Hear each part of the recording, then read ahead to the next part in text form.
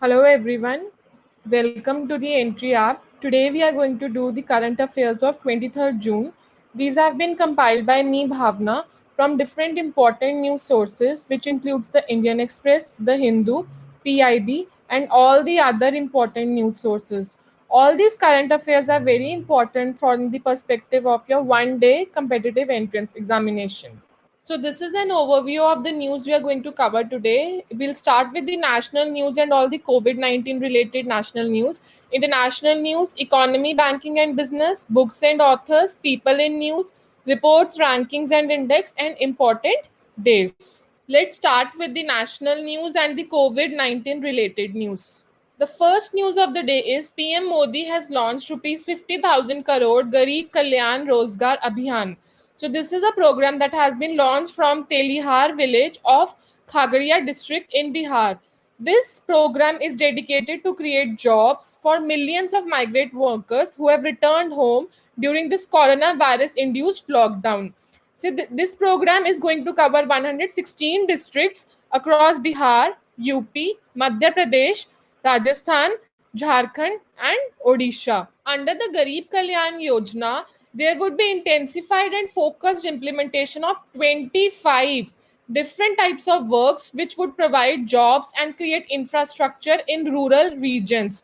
So this move doesn't involve any new budgetary allocation. Instead, 25 schemes which are already in place have been front loaded for the same. This scheme would utilize the complete Pradhan Mantri Garib Kalyan Yojana would utilize allocation for the complete year in 125 days. It is aimed at boosting livelihood opportunities in rural India. It will be coordinated effort between 12 different ministries or departments, which includes the rural development, Panchayati Raj, road transport and highways, mines, drinking water and sanitation, environment, railways, petroleum, natural gas, new and renewable energy, border roads, telecom, and agriculture. And what kind of work would be offered to the migrant workers? The works would vary bit like laying of fiber optics cable, railway works, rural urban mission jobs, sanitation works, waste management, poultry farms, ponds, and training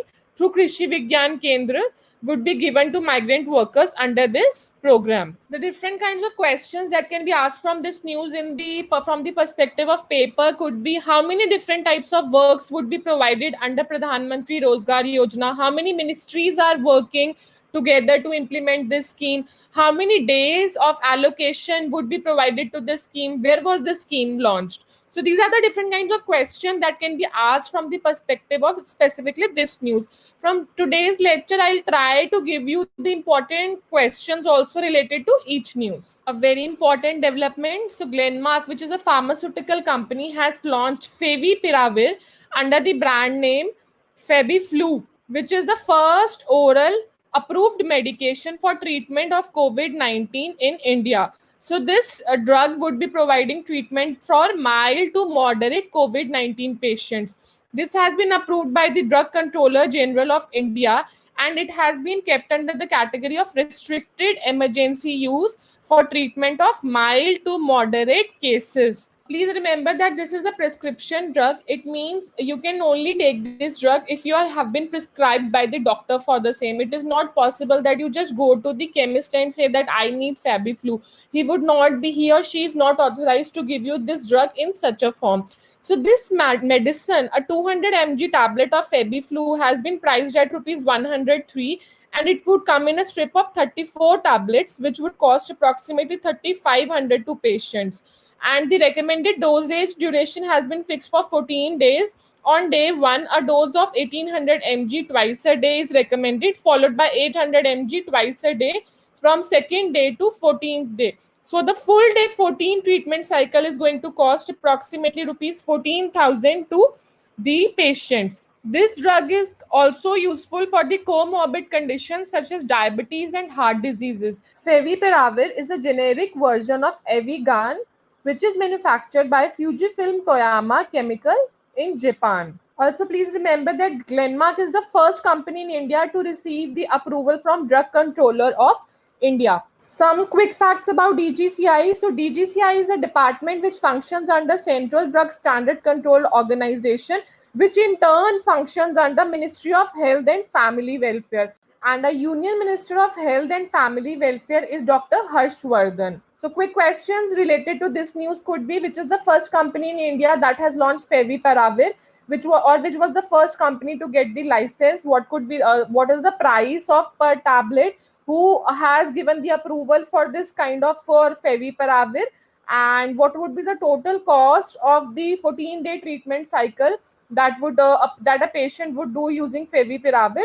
Also, how many days a patient would require to cure himself using this Favipiravir drug? And also, what's the brand name of Favipiravir? The next news says France has committed 200 million euros for India's COVID-19 response. So, France and India have signed a credit financing agreement in which France has promised 200 million euros, which is approximately rupees 1709 crore, to support social welfare system and India's COVID response. So this program has been designed by the World Bank in the collaboration with Indian authorities. And it also focuses on Pradhan Mantri Garib Kalyan Yojana, which would benefit the low income families and ensure that their health, social, economic and well-being is not compromised during this pandemic situation.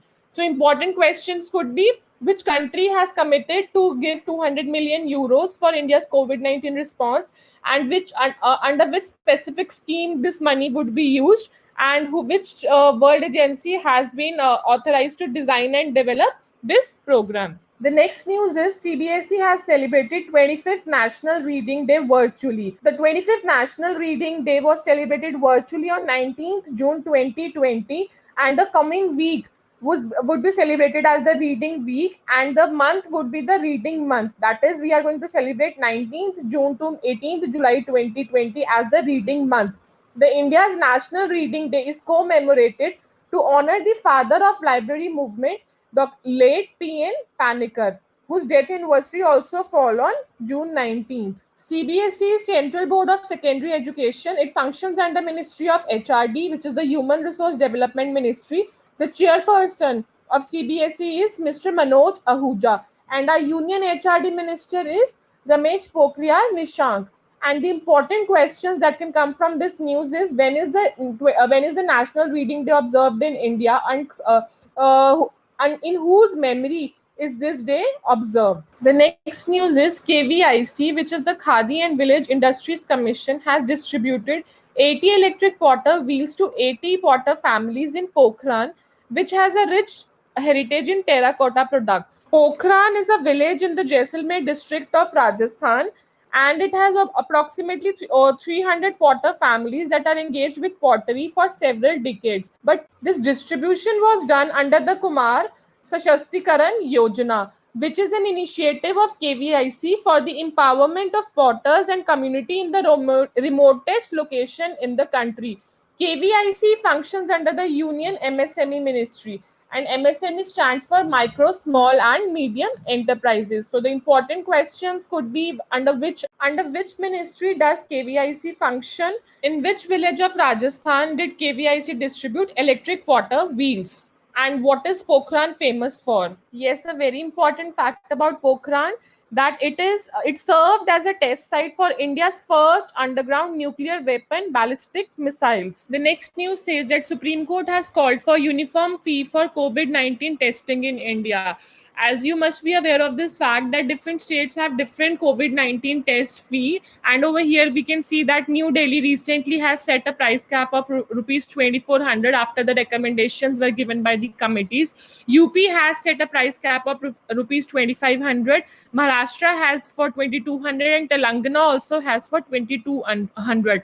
So this was a ruling given out by a bench which was comprising of Justices Ashok Bhushan, SK Kaul and MR Shah, that has directed center to ensure uniform rates have been asked, and the states set a panel of experts for inspection of hospitals to ensure proper care of patients. The next news of the day is India to become UNSC president for August 2021.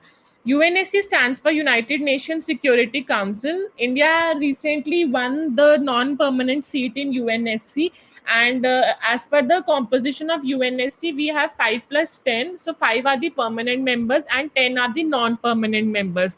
India, along with Norway, Ireland, Kenya, and Mexico, were recently elected as non-permanent members of the council. These countries have been elected for a 2-year term, which will begin from 1st January 2021. The presidency of the UNSC is held by each of the member country in turn for 1 month, as per the English alphabetical order of the name of member states. So India's turn would come in August 2021. The important questions from this news could be: when would India become the president of UNSC? For how many years the non-permanent members are elected normally? Which are the other countries which have been elected alongside India for the UNSC term, 2-year term? And yes, the important static questions could be: where are the headquarters quarters of United Nations? How many permanent members are there in United Nations Security Councils? How many non-permanent members are there in the UNSC? This is an important news. Twitter has launched dedicated tool to curb domestic violence in India. In order to have tackle the rise in domestic violence, especially during this lockdown period, Twitter has launched a dedicated search prompt to serve information and updates from authoritative sources around domestic violence. Twitter has partnered with Ministry of Women and Child Development, the National Commission for Women in India, to expand its efforts toward women. So what would this tool do? Every time someone searches for certain keywords associated with issue of domestic violence, there would be a prompt which will direct them to the relevant information and sources of help available on Twitter. And our Union Minister of Women and Child Development is Mrs. Smriti Zubin Irani. The important question would be actually a direct question: which of the following companies has launched a dedicated tool to curb domestic violence in India? Now let's do the important international news. Germany has launched coronavirus app as EU eyes travel revival. So Germany has launched this Corona Warn app. This is the name of the app, which is available on Android and this Apple Store. It would help to break the chain of coronavirus infections. It is based on technologies with decentralized approach and notifies users if they have been exposed to the virus. Two important direct questions could be: which country has launched Corona Warn app, or what would be the name? What the other question could be alternatively: what is the name of the app that has been launched by Germany, which is related to this coronavirus? This is again a very important international development. China has provided tariff exemption to almost 97% of exports from Dhaka.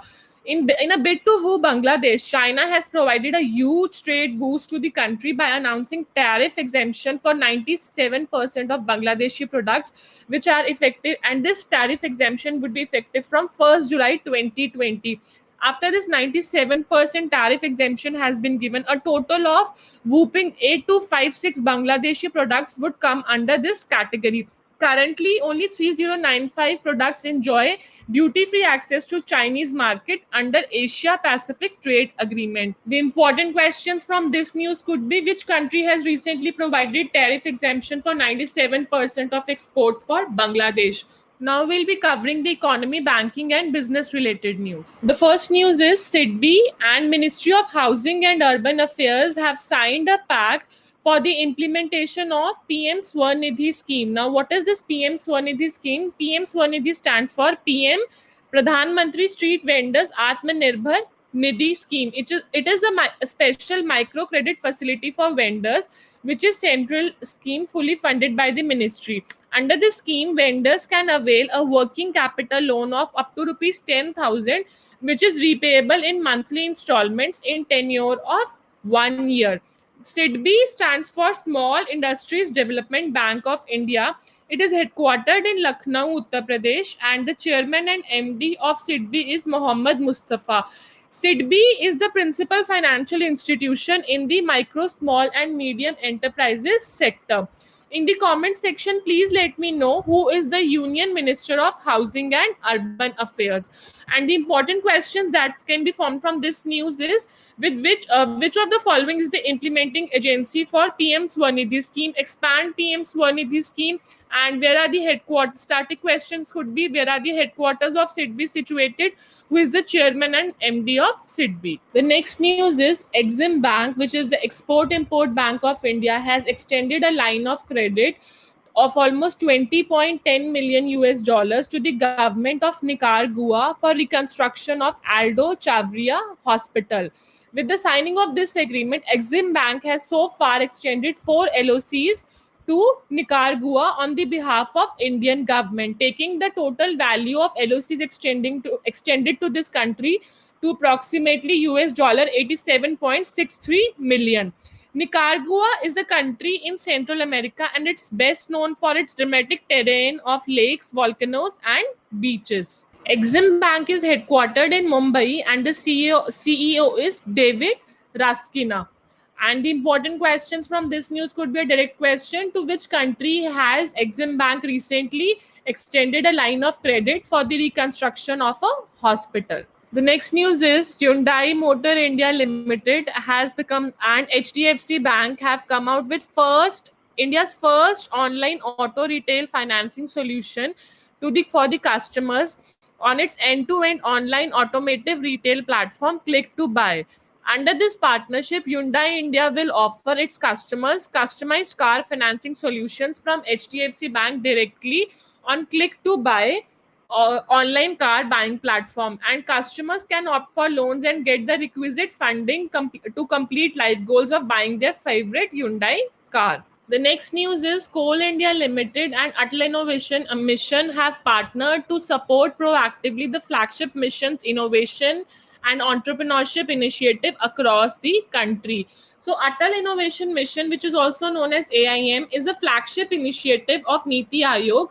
This mission aims and entrepreneurship across the country, and this has been created based on a study and deliberations on innovation and entrepreneurial needs of the country at present. So there are different initiatives under Atal Innovation Mission, such as Atal Tinkering Lab, which are at school level, and Atal Incubation levels, which are at institutional levels, Atal Community Innovation Centers for the Tier 2, 3 and rural India, Atal New India Challenges at industry level and applied research innovation for stimulating innovations in the MSME industry. So you can see that Atal Innovation Mission is a holistic mission in itself. The Niti Aayog is the think tank of Government of India. It has replaced Planning Commission, and the chairman of Niti Aayog is the Prime Minister of the country, which is Mr. Narendra Modi, and the CEO is Amitabh Kant. Let's look at the books and authors. Kazuo Ishiguro, who is also a Nobel Prize laureate. He won the Nobel Prize in Literature in 2017, would release his novel Clara and Son on March 2, 2021. It will be about an artificial being called Clara and her desire to find a human owner. And this would be Mr. Kazuo's first novel after he has won the Nobel Prize in 2017. He's also a winner of Man Booker Prize. Let's move on to the next news. So the important question would be, who is the probably could be either both two questions: who would be the author of the novel Clara and Son, or the question could be reversed: what would be the name of the novel? What is the name of the first novel of Mr. Kazuo, that he's going to write after winning the Nobel Prize in Literature in 2017? Again, quickly, let's do this second book and author. So a book by the name Burning by Megha Majumdar has been recently released by Penguin Hamish Hamilton. So this book is about the lives of three characters, Tommy Orange, Jha Gayasi and Jhumpa Lahiri, who want to rise to the middle class to political power, from the middle class to political power, to gain fame in the film industry, and how their lives changed in Indian society. So direct question could be asked: who is the author of the book A Burning? Now we'll be doing the important people in news. Indian businessman Mr. Mukesh Ambani has joined the club of world's top 10 richest people. So he is currently ranked 9th on the list of world's top billionaires, which is topped by Amazon founder Jeff Bezos, followed by Bill Gates. And this is because the net worth of Mr. Mukesh Ambani has increased by almost 12 times, from US dollar 5.3 billion to US dollar 64.6 billion. The Ambani owns 42% of Reliance Industries Limited, which has also become the first company in India to be valued at $150 billion. Recently, Reliance Jio, which is the digital platform of Reliance, has seen a inflow of huge investments. The topmost being Facebook, which has helped Reliance to declare itself net debt free. Also, Mr. Mukesh Ambani is the chairman and managing director of Reliance Industries. So, the important question from this news could be, who is the richest person in the world? What is the rank of India's businessman Mukesh Ambani in the list of top 10 richest people of the world, which is the first Indian company to touch a market valuation of US dollar 150 billion. Let's look at the important reports, rankings, and index. The Global Status Report on Preventing Violence Against Children 2020 has been released, and this report says that half of world's children, which is 1 billion every year, are affected by physical, sexual, or psychological violence, suffering, injuries, and death because countries have failed to follow established strategies to protect them. Almost all countries, 88%, like approximately 88%, have laws in place to protect minors, but less than half of them, like only 47% of them, strongly enforce them. This report has been launched by World Health Organization, UNICEF, UNESCO, Special Representative of UN Secretary General on Violence Against Children and End Violence Partnership. So this report basically charted the progress in approximately 155 countries against the INSPIRE framework. This INSPIRE framework is a set of 7 strategies for preventing and responding to violence against children. The report signaled a clear need in all countries to scale up efforts to implement them. It included the first ever global homicide estimate specifically for children under 18 years of age. Previous estimates were on the data that included 18 to 19 years old. WHO's headquarters are situated in Geneva, Switzerland, and the Director General is Tedros Adhanom. UNICEF stands for United Nations Children's Fund. It is headquartered in New York City in the United States, and the head is Henrietta H. Fore. UNESCO stands for United Nations Educational, Scientific and Cultural Organization. It is headquartered in Paris, France, and the Director General is Audrey Azoulay. Now we'll be having a look at the last segment, which is the important days. On 23rd June, we have the United Nations Public Service Day. So on 20th December 2002, the United Nations General Assembly had designated 23rd June as the UN Public Service Day. This day celebrates the value and virtue of public service to the community, highlights the contribution of public services in development processes, and recognizes the work of public servants and encourages young people to pursue their careers in public sector. To bolster the recognition of the day and value public service, the United Nations established the United Nations Public Service Award Program in 2003. This program was reviewed in 2016 to align it with the 2030 Agenda for Sustainable Development. And with this, we have come to the end of today's lecture. I hope, guys, you're able to understand the current affairs. Please leave your valuable feedback in the comment section. And if you like the video, please give it a thumbs up. Thank you for listening and take care.